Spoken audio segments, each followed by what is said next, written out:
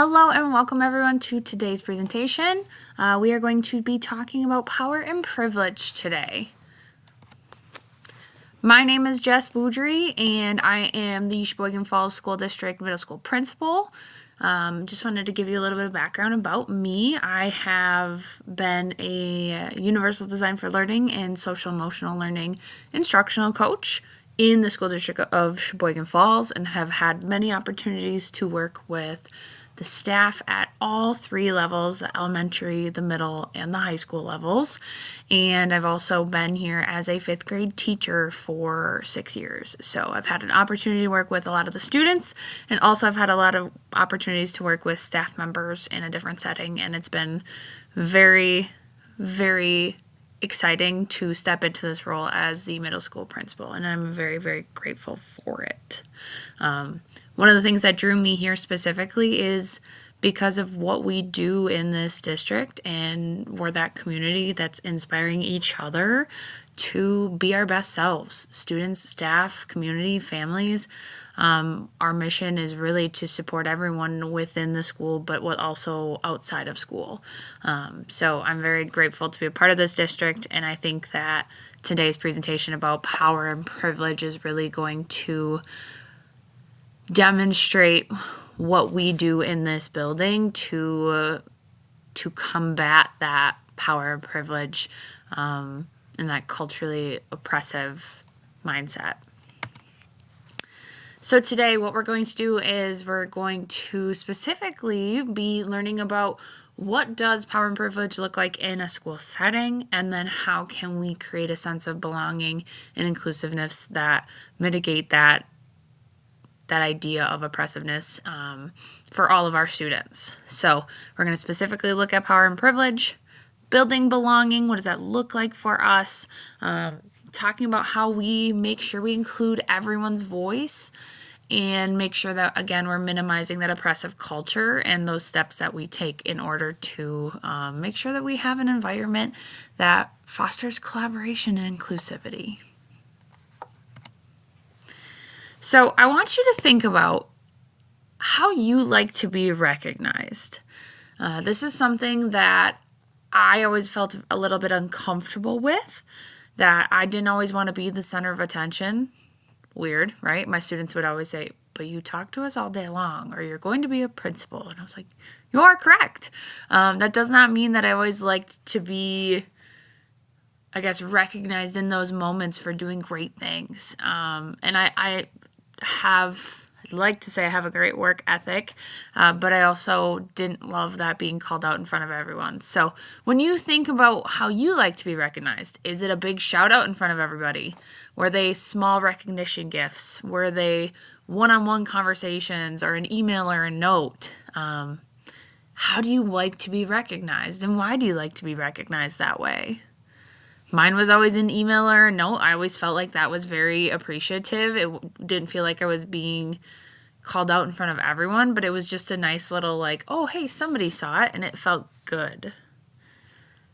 The reason I ask this is because I want you to think about, like, how do we ensure that everyone's recognized for the good things that they do and the uniqueness that they bring to the table?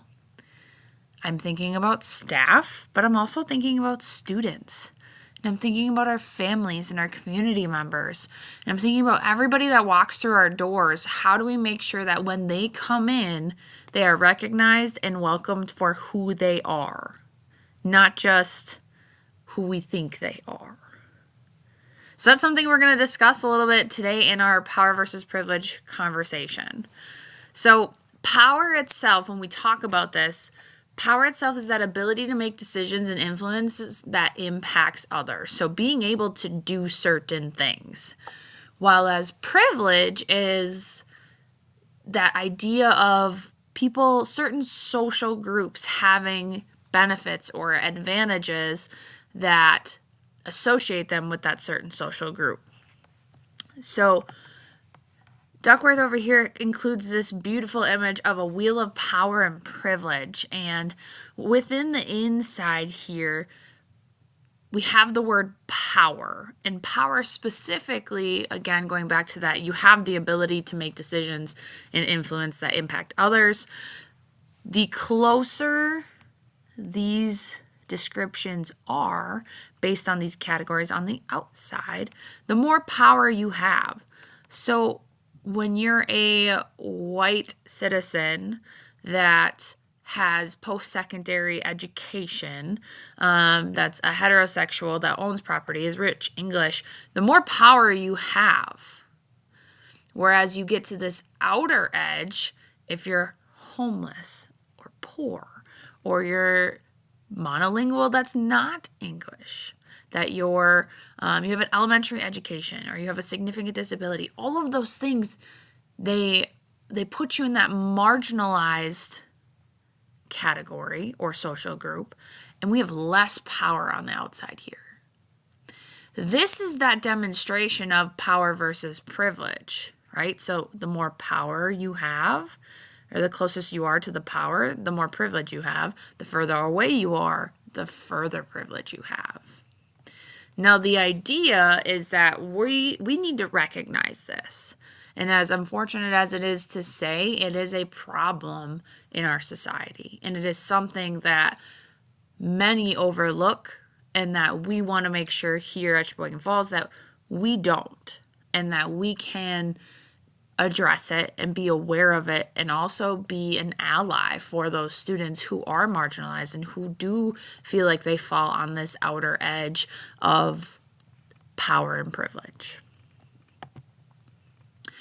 So how do we get away from this idea of, or not get away from it, that's not the correct terms, how do we make sure that our students aren't feeling like they don't have power, our staff don't feel like there are certain groups who have privileges but they do not?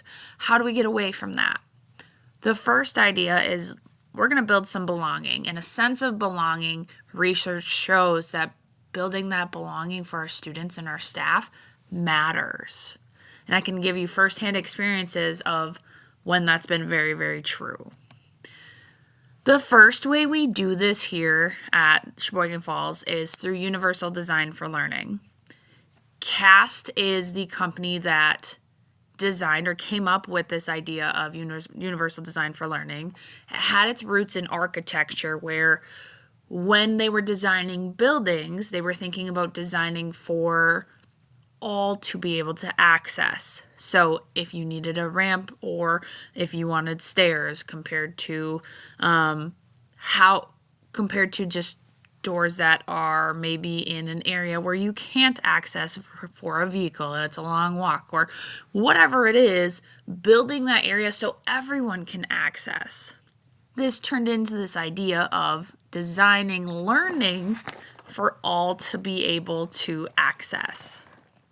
So, what does that look like in the classroom, and how does that build some belonging? There are 3 different main categories when we talk about Universal Design for Learning. There's lots of neuroscience behind it. If you want to dig into it, this is a great resource.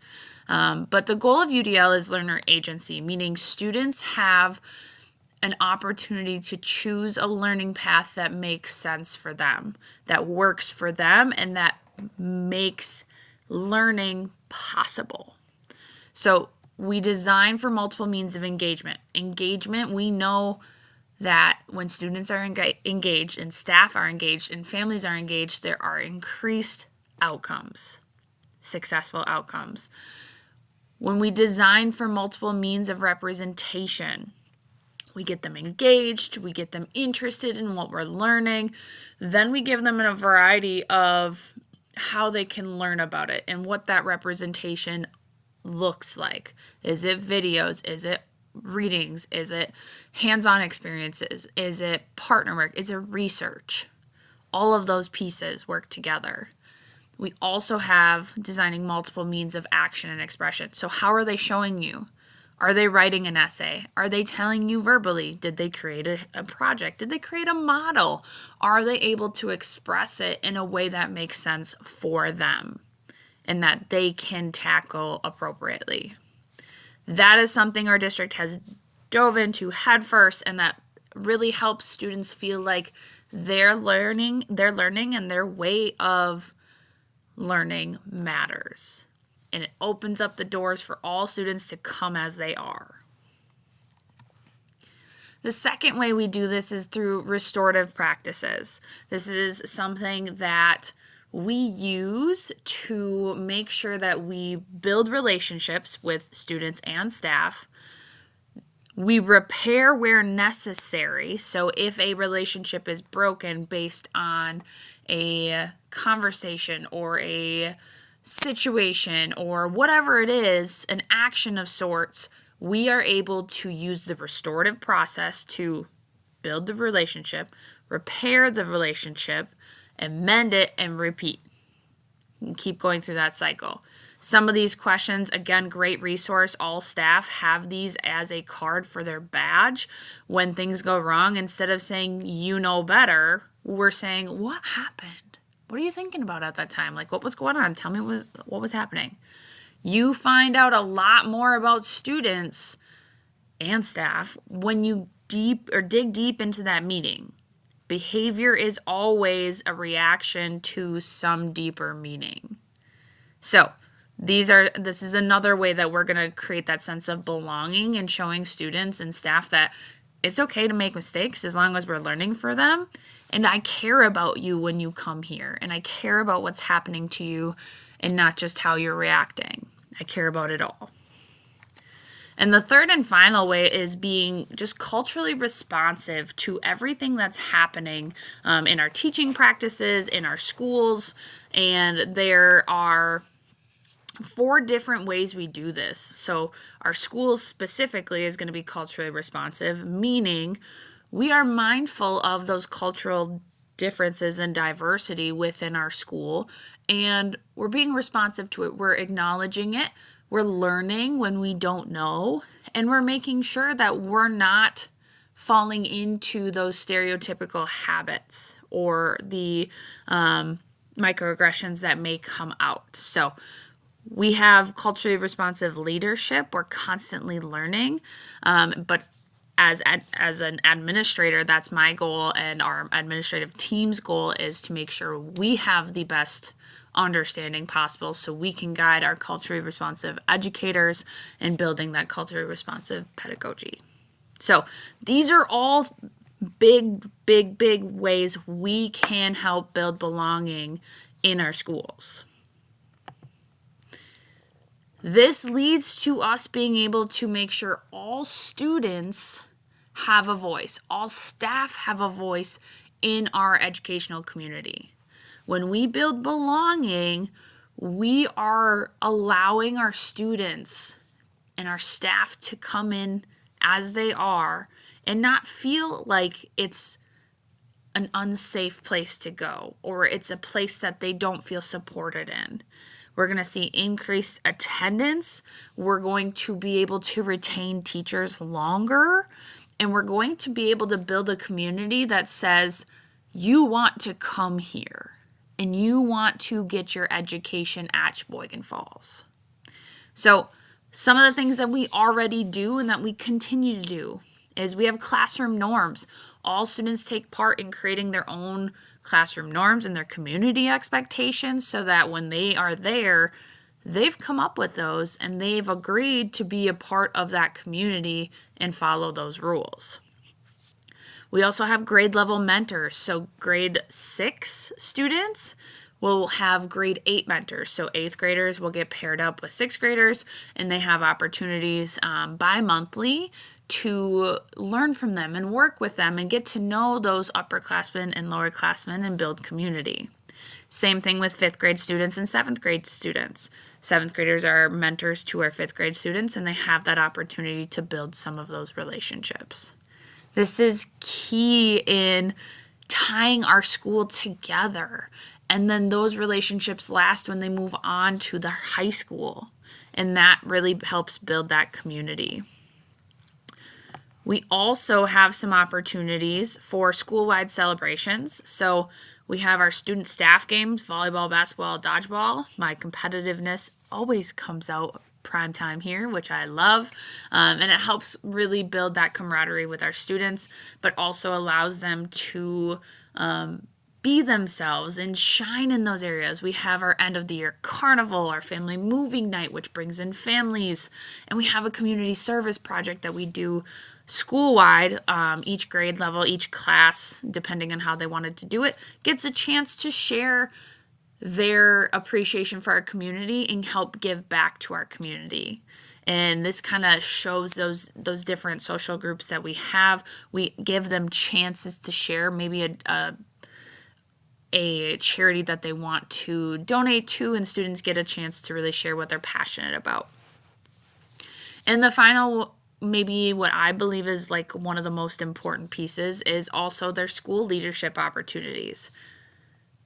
Students should have an opportunity to be in charge of their learning space, just like we do in our educational world, and we have leadership teams and we have committees here and there.